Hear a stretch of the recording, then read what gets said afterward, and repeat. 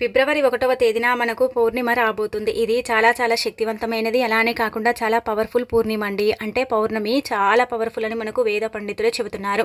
అయితే ఈరోజు మీరు మర్చిపోకుండా ఈ 2 వస్తువులను మీ ఇంటికి తెచ్చుకుంటే చాలు. మీ సుడి తిరిగి మీరు పట్టిందల్లా బంగారం అవుతుందన్నమాట. చాలా శక్తులు ఉండే ఈ రోజున ఎవరైతే ఈ వస్తువులను ఇంటికి తెచ్చుకుంటారో వాళ్ళ దురదృష్టం పూర్తిగా తొలగిపోయి వారికి అదృష్టం పడుతుందన్నమాట. శాస్త్రాల ప్రకారం ఏంటంటే పౌర్ణమి అంటే మన పురాణాల ప్రకారం చెప్పుకుంటే లక్ష్మీదేవికి చాలా ఇష్టం అన్నమాట. అందుకే లక్ష్మీకారకమైన వస్తువుల్ని మీ ఇంటికి తెచ్చుకోవటం వల్ల, మీ ఇంట్లో పెట్టుకోవటం వల్ల, వీటితో కొన్ని పరిహారాలు చేసుకోవటం వల్ల మీ జీవితంలో ఉండే నష్టాలు తొలగిపోతాయి. కష్టాల నుంచి మీరు బయటపడతారు.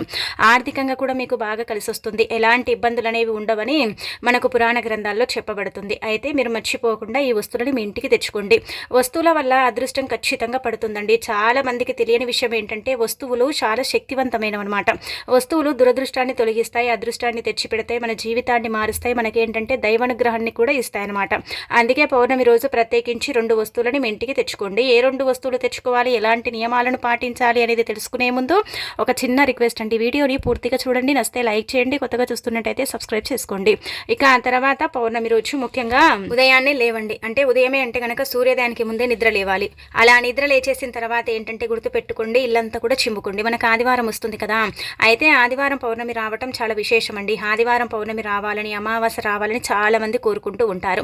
ఎందుకంటే మనకుండే చెడుని తీసేసుకోవటానికి పౌర్ణమి కావచ్చు, అమావాస్య కావచ్చు చక్కగా ఉపయోగపడుతుంది.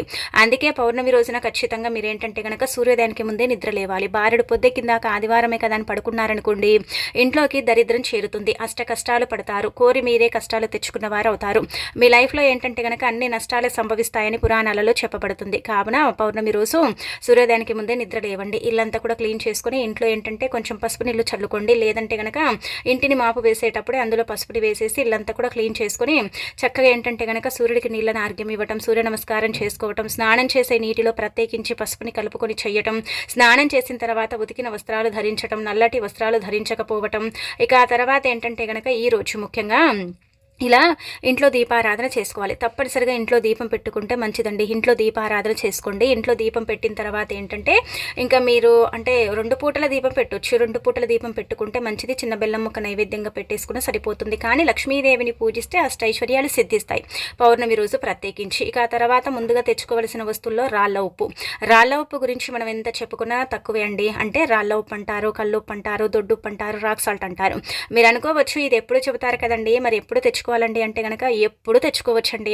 మనం ఎలాగో వంటల్లో వాడుకుంటాం కదా, మనకి ఎలాగో ఉప్పు పడుతూనే ఉంటుంది. ఉప్పు అనేది మనం ఉపయోగించుకుంటాం కాబట్టి ఉప్పుని ఇంటికి తెచ్చుకుంటే మంచిది. ఎంత అండి, 10 రూపాయలు పెడితే ఒక ప్యాకెట్ వస్తుందండి. తెచ్చుకున్నామా, మనం పూజ గదిలో పెట్టుకున్నామా, మనకు ఒకవేళ ఏదైనా సరే ఇబ్బంది ఉందనుకోండి దానితో మనం పరిహారం చేసుకున్నామా, అంతే ఇంకా అయిపోతుందన్నమాట. అక్కడితో అంత ఉప్పు మనకు పట్టదు. ఆ ఉప్పుతో ఉప్పు దీపం కూడా పెట్టొచ్చు, ఉప్పుతో దిష్టి తీసుకోవచ్చు, ఉప్పుతో అప్పుని కూడా తీర్చుకోవచ్చు అనమాట. కావున మీరేంటంటే కనుక గుర్తుపెట్టుకోండి, ఖచ్చితంగా రాళ్ళ ఉప్పునైతే కొని మీ ఇంటికి తెచ్చుకోండి. మీ ఇంటికి తెచ్చుకుంటే ఆ ఉప్పుతో పాటు మీ ఇంట్లోకి లక్ష్మీదేవి ప్రవేశిస్తుంది, కావలసినంత ఐశ్వర్యాన్ని ఇస్తుంది. అలానే కాకుండా మీకు సంపదను సమకూరుస్తుందని మనకు శాస్త్రాల్లో చెప్పబడుతుందన్నమాట.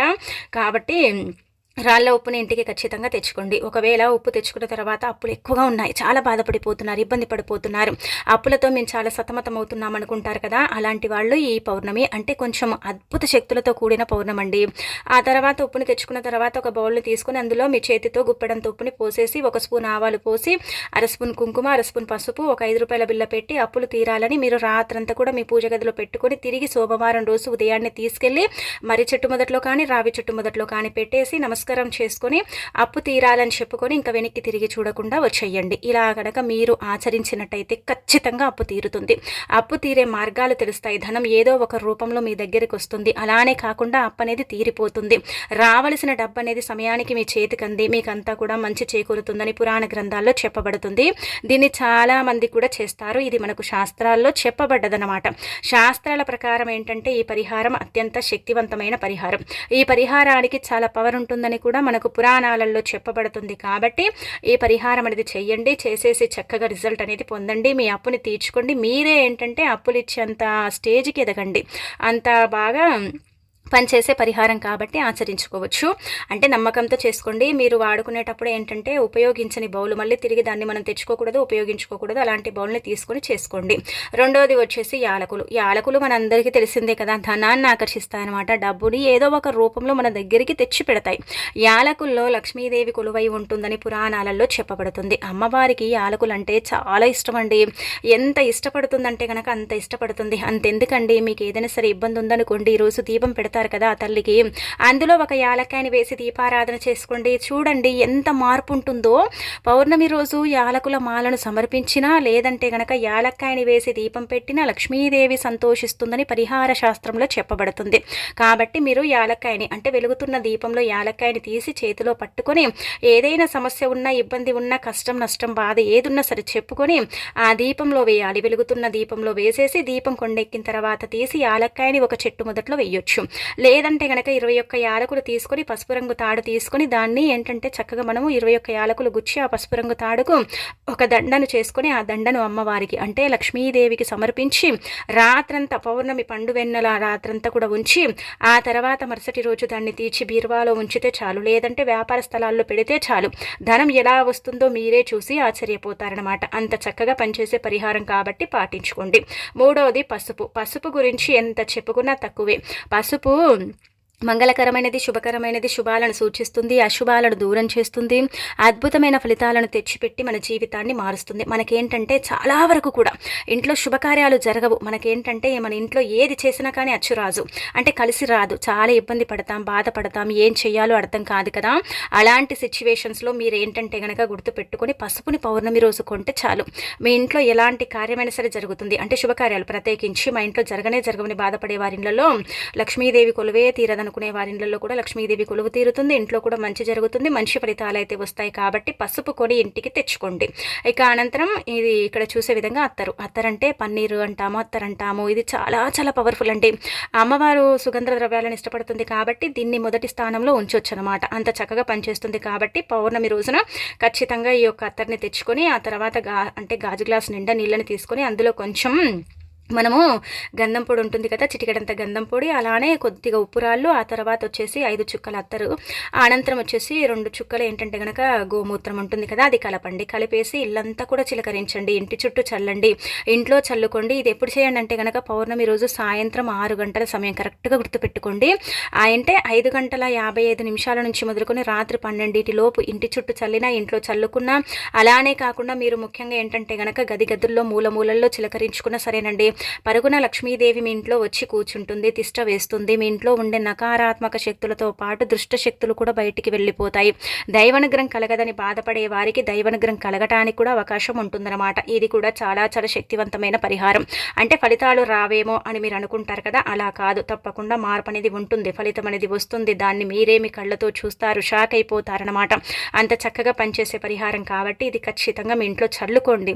ఎవరికి చెప్పకండి, చెప్పాల్సిన అవసరం ఏముందండి. మన ఇంట్లో మనం చేసుకున్నాం, మనకు మంచి జరగాలనే కదా మనం చేసుకున్నాం, మనకు చెడు జరగాలని కాదు కదా.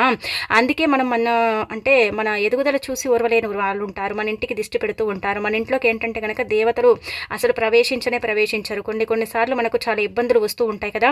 అలాంటి వాళ్ళకు కూడా ఇబ్బందులు బాధలు అనేవి రాకుండా ఇంటి పరంగా బాగుండటానికి, ఇంట్లో ఉండే అనేక రకాల సమస్యలు బాధలు పోవటానికి, ఇల్లు మీకు అనుకూలించటానికి, అలానే ఇల్లంతా కూడా మీకు బాగుండటానికి అవకాశం అయితే ఉంటుంది. కాబట్టి ఇది ప్రయత్నించవచ్చు.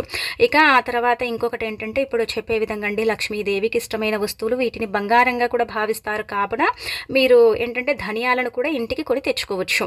మీరు అనుకోవచ్చు ధనియాలతో ఏం చేస్తారండి, ధనియాలు ఎందుకు కొనాలండి అంటే కనుక ఆదివారం అమావాస్య, అలానే కాకుండా మాఘమాసంలో వస్తుంది కాబట్టి ధనియాలను కొంటే మంచిది. ధనియాలు కూడా అమ్మవారు ఇష్టపడతారనమాట.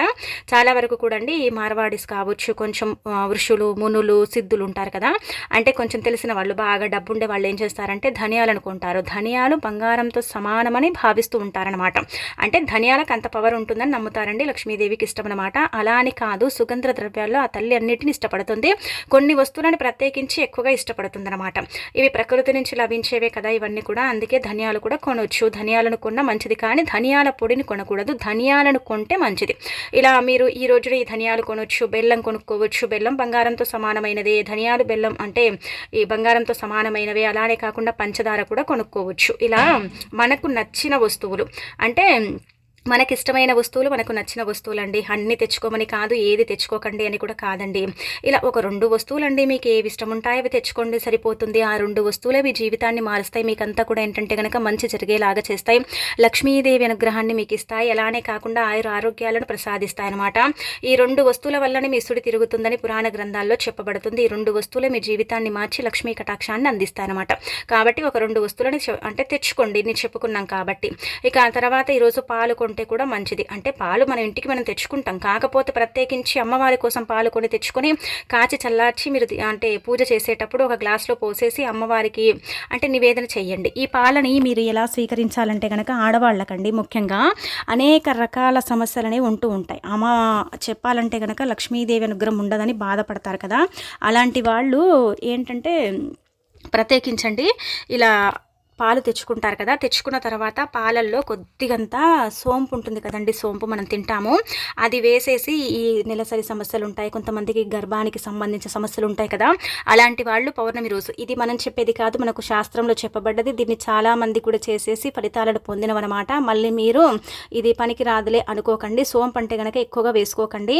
ఒక 2-3 గింజలండి, అంటే ఒక 5 గింజల వరకు మనము సోంపుని పాలల్లో చక్కగా ఇలా చేతితో మెదిపేసి వేసేసి అమ్మవారికి నివేదన చేయాలి. అలా నివేదన చేసిన తర్వాత వాటిని ఏంటంటే కనుక మనం స్వీకరించుకున్నాం అనుకోండి, మనకు మంచిదనమాట, మంచి ఫలితాలు ఉంటాయి. అనారోగ్య సమస్యలు ఆడవాళ్లకు ఉండే ముఖ్యంగా ఈ ముట్టు అంటుకు సంబంధించిన ప్రాబ్లమ్స్ ఉంటాయి కదా, అవి పోతాయన్నమాట. వాటి నుంచి మనం బయటపడగలుగుతాం. కాబట్టి ముందుగా అమ్మవారికి నివేదన చేస్తే ఆ తల్లి స్వీకరించి ఆ తర్వాత వాటిని మళ్ళీ తిరిగి మనం ప్రసాదంగా స్వీకరిస్తాం. కాబట్టి మనకు మంచి ఫలితాలు వస్తాయని శాస్త్రాల్లో చెప్పబడుతుంది. కావున ఖచ్చితంగా ఒకవేళ వీలుంటే ఈ విధంగా చెయ్యండి, మీకు తెలిసిపోతుంది. ఇది చాలామంది చేస్తారు, అంటే ఉట్టి మాటలు అయితే కాదు, ఇది చాలా మంది చేస్తారండి. మీరు కూడా చేసుకోవటం వల్ల మంచి జరుగుతుంది. పౌర్ణమి కాబట్టి ఈ విధంగా చేసుకోండి. ఒకవేళ ఇది కుదరకపోతే ఎప్పుడు చెప్పే విధంగా పెరుగులో ఇది కలుపుకొని తినండి. ఖచ్చితంగా పౌర్ణమి రోజు పెరుగులో ఇది కలుపుకొని తిన్న వాళ్లకు జాతక సమస్యలు, జాతక దోషాలు, ఏలినాటి శని ఇదంతా కూడా పోతుందన్నమాట.